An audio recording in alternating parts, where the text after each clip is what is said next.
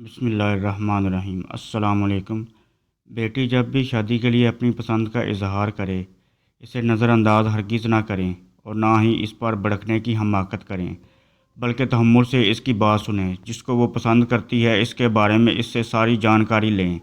اگر اس کی دی ہوئی جانکاری میں پختگی دیکھیں تو اس کے پسندیدہ انسان کو پورا موقع دیں تاکہ آپ اپنی بیٹی کی جانکاری کی تحقیق کر سکیں۔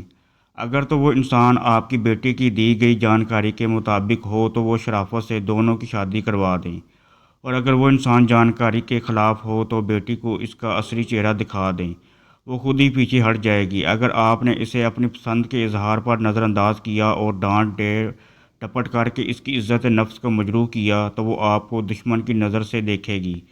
ایسی صورتحال وہ کوئی بھی غلط قدم اٹھانے میں ہرگز دیر نہیں کرے گی۔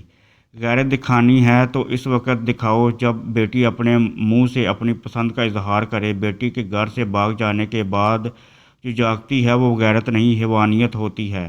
غیرت کا تقاضا یہ ہے کہ بچوں کی پسند ناپسند کا احترام کیا جائے۔